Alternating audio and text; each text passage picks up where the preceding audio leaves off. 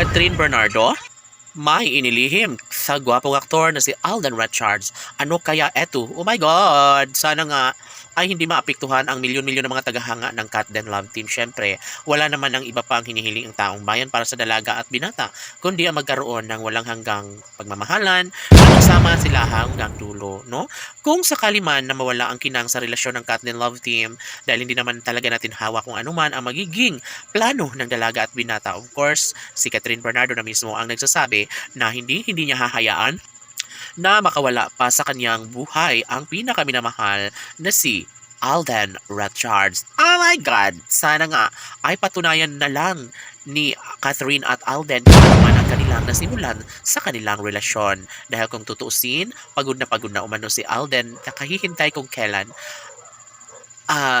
papayag ang dalaga kung kailan ang kanilang pag-iisang dibdib.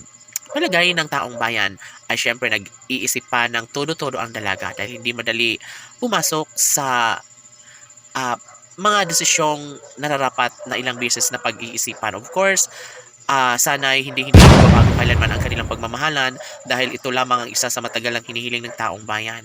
Datapwat si Catherine Bernardo ay nawawala ng pag-asa para sa binatang si Alden Richards. Of course, naninigurado lamang ang dalaga kung siya nga ba ang tunay na nagmamay-ari sa tamis ng pagmamahalan na inialay ni Alden Richards para sa dalagang si Catherine Bernardo. Dito, isinaalang-alang ang katotohanan at tunay nga nagustuhan nga ang mga lihim ni Catherine para sa gwapong aktor na si Alden Richards dahil sabi nga ni Alden Richards na sobrang love niya si Alden Richards. Si Catherine Bernardo na mismo ang nagsasabing baka ito na nga ang lalaking gusto niyang makasama hanggang dulo. Oh my God! Kaya gano'n na lang ang kilig na nararamdaman ng kalang milyon-milyon ng mga taga-subaybay. Siyempre, lahat ay pwede na mangyayari.